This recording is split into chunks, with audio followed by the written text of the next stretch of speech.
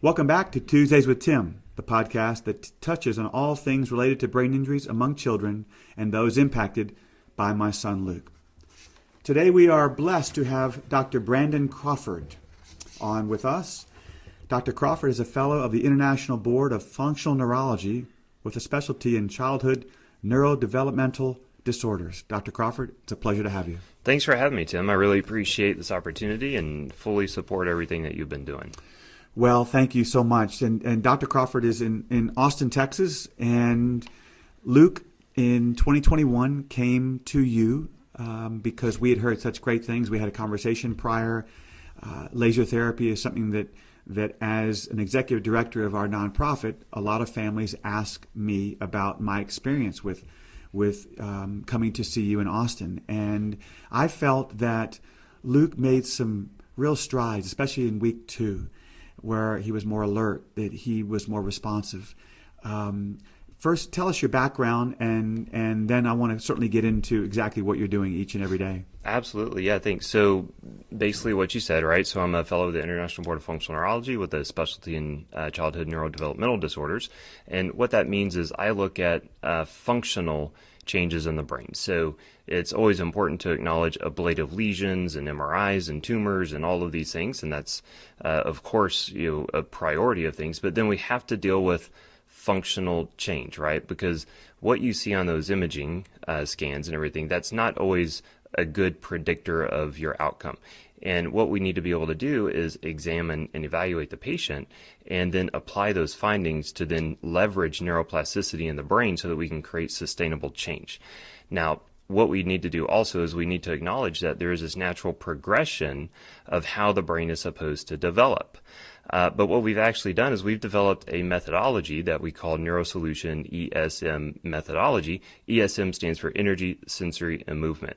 And what we found is if we follow the proper path, the proper trajectory to neurological development, but then we also adhere to principles regarding cellular energy, we get better results faster. And so basically what I mean by that is when you look at the cell, ultimately, if we can heal one cell, we can heal all the cells, right? And so if we have the situation where we have a brain injury, there's something called an energy crisis that initially occurs.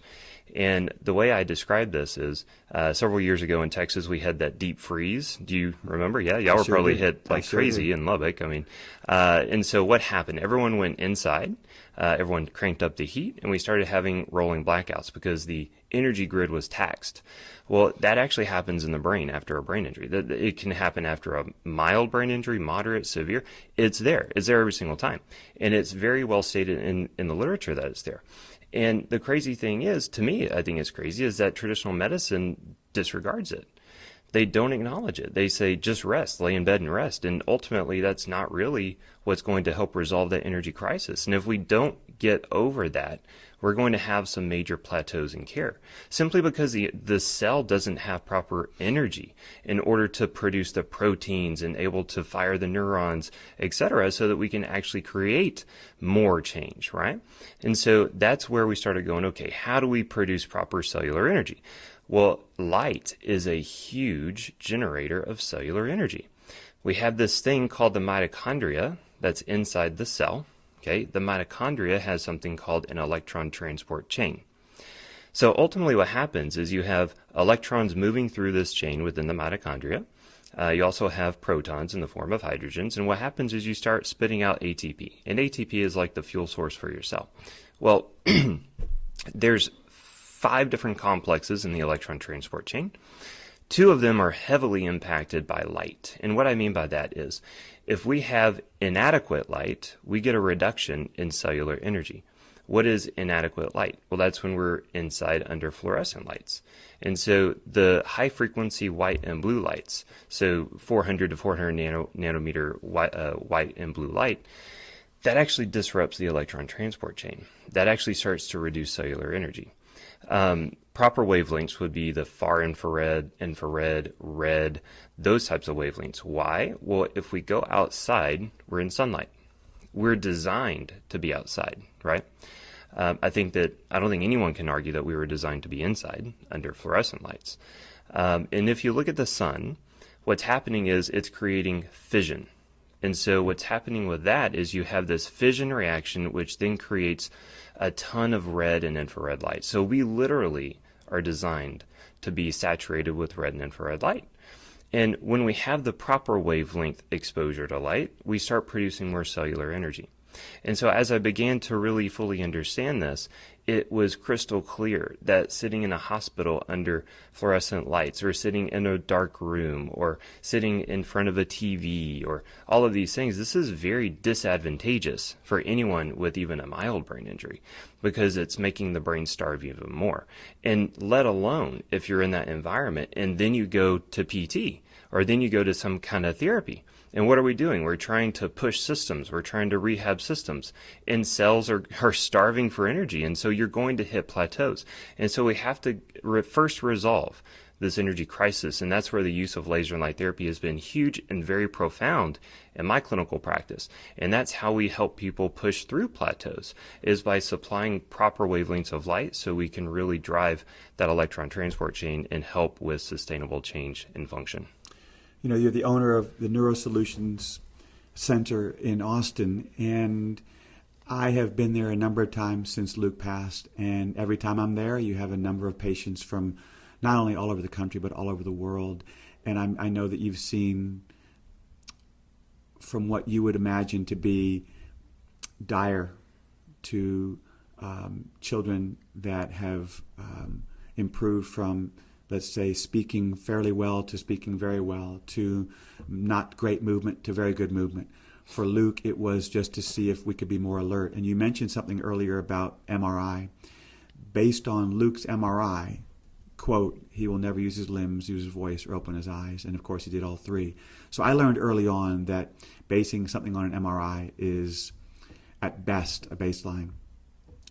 Tell me about the patients that you see and some of the miraculous stories that you have helped because of laser therapy. Absolutely. Well, one of them I'll have to be kind of careful to describe, but it was one of the worst case scenarios, and I worked on them with a business partner of mine, Kyle Daigle, and this patient was actually care flighted and this patient was actively dying. I'm talking actively dying. Came in with the full EMS team.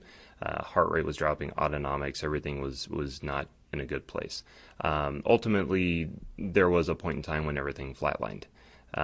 And the interesting thing was no one thought anything about sending him to us, because essentially they'd been through everything else. And this is what the parents wanted. And they said, look, your system failed us. We'll sign all the waivers. Let's go. And so they came in.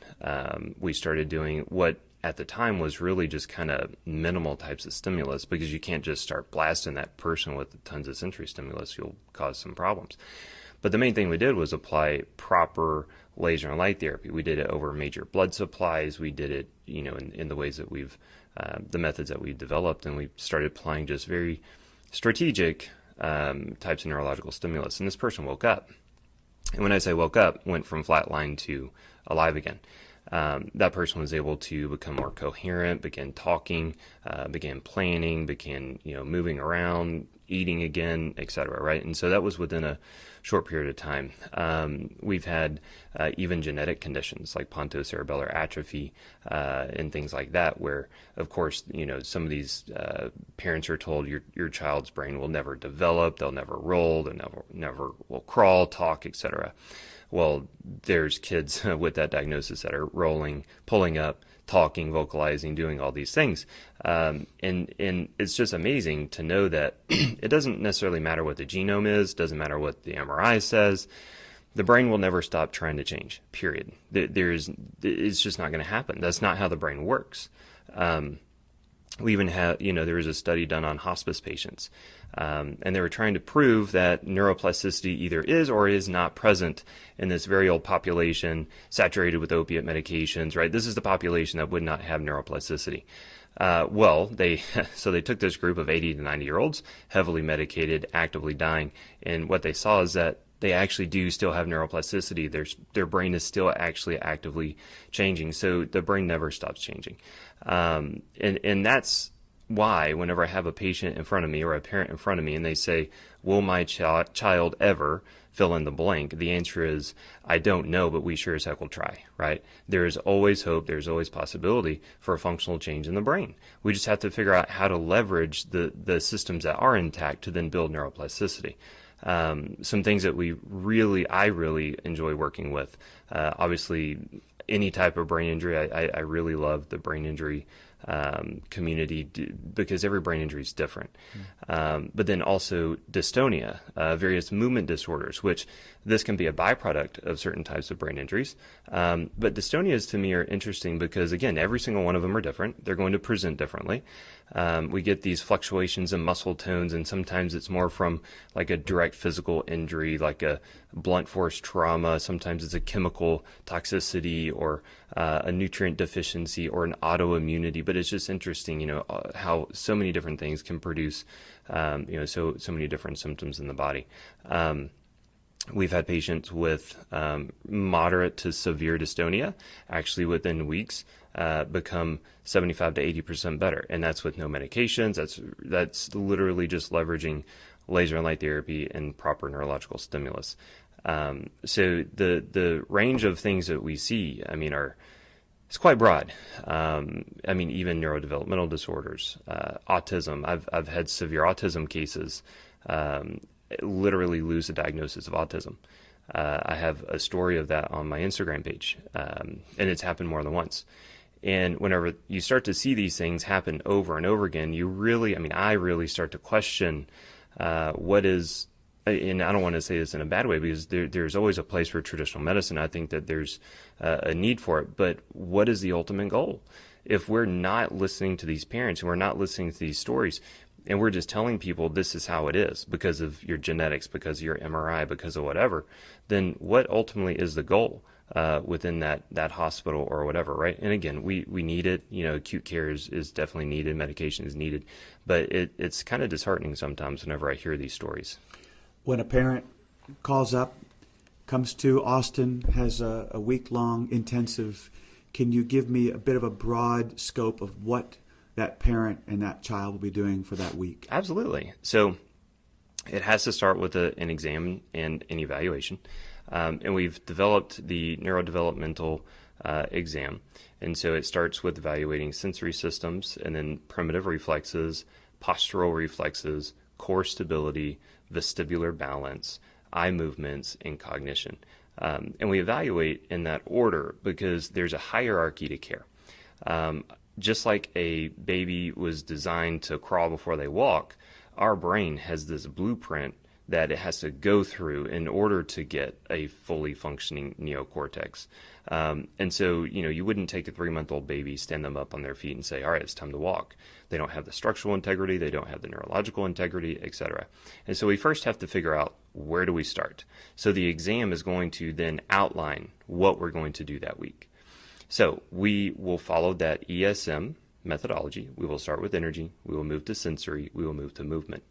What energy, sensory, and movement modalities we use will be dictated by that exam. Maybe we'll spend most of our time in the sensory systems, doing primitive reflexes, trying to establish proper postural reflexes so that that person can begin to crawl, can begin to walk, right? But if you don't have those postural reflexes intact, that's like you're hopping and you're propping and you're head riding. So if you start to fall, you can catch yourself.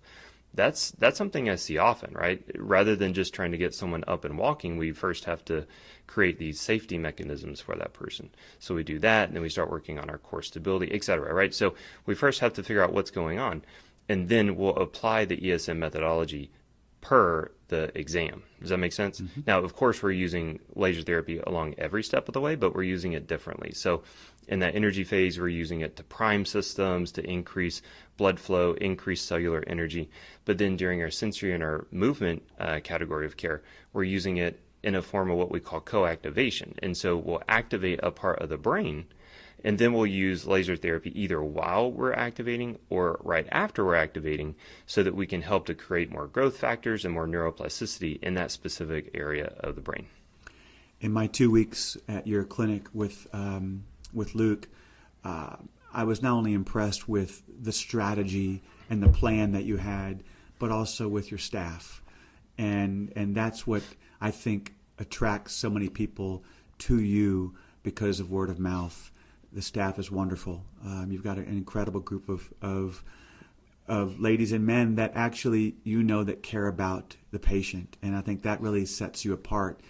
And I have such admiration for therapists, nurses, and doctors, but even more so when I spend a week or even a couple of days and watch what you do and how you do it.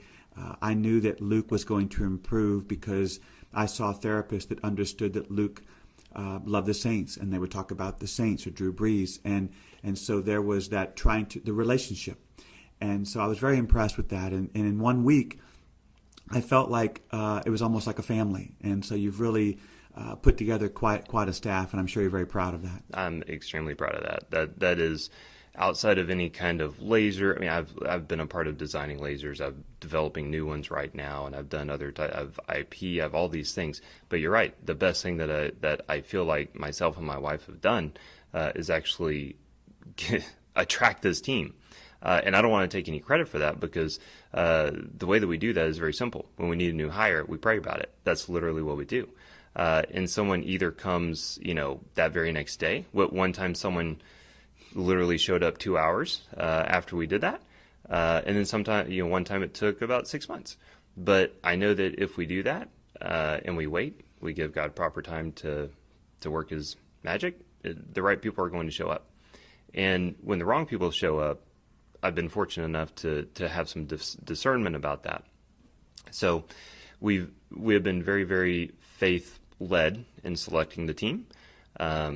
I mean, I'll be honest, I'm not really looking over resumes. I'm not looking at academics. I mean, of course, someone has to be, an accredited physician and all those things, yes, but that's not what I'm necessarily evaluating that person on.